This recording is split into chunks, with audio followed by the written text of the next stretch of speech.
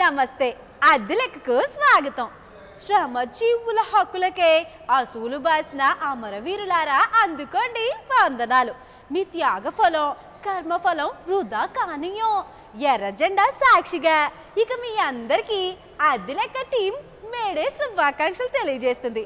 రోజులాగే ఈ రోజు అదిరిపోయే వార్తలు పట్టుకొచ్చిన. అమెరికాలో ఈ మధ్య నల్లవారిపై విపరీతంగా దాడులు పెరిగిపోయినాయి కదా. అయితే అవి ఏమి మా దేశంలో జరగడం లేదు, ఇంకా మీ దేశంలోనే ఎక్కువ జరుగుతున్నాయని చెబుతున్నారట. మరి చోద్యంగా ఉంది కదా.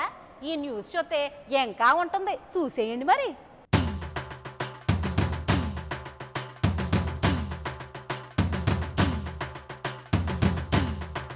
ఒకవైపు అమెరికాలోని నల్లజాతి వారు తమ ప్రాణాలకే ఆ దేశంలో విలువ లేకుండా పోయిందని, మా పట్ల వివక్ష ఉందని మొత్తుకుంటున్నారు. చేతిలో లైసెన్స్డ్ రివాల్వర్ ఉన్న తెల్లతోలు పోలీసులు నిర్దాక్షిణ్యంగా వారిని కాల్చి చంపేస్తున్నారు.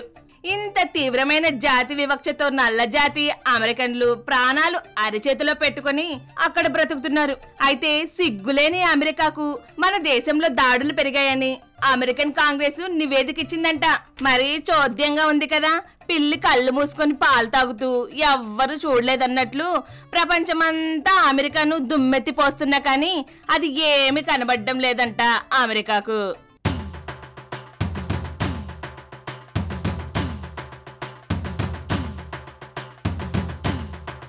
అదీగాక ఇండియాలో జరుగుతున్న దాడులపై అమెరికా ప్రభుత్వం జోక్యం చేసుకోవాలని, భారత్ ప్రభుత్వాన్ని ఈ విషయంలో హెచ్చరించాలని, హిందుత్వవాద సంస్థల్ని అదుపులో పెట్టాలంటూ చచ్చు సలహాలు ఇచ్చింది ఆ కమిషన్. ఇప్పటికే ఓసారి అమెరికా అధినేత ఒబామా ఈ వ్యవహారంలో జోక్యం చేసుకోనంటూ లౌకికవాదంపై కామెంట్లు చేసి మరీ వెళ్ళాడు.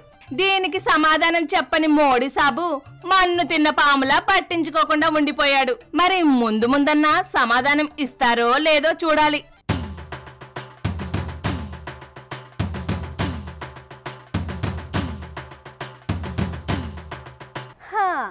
ఇది ఇవాల్టి లెక్కలు. ఇంకా మరిన్ని లెక్కలతో రేపు ఇదే టైంకి కలుస్తా. అంతవరకు సెలవు, నమస్తే.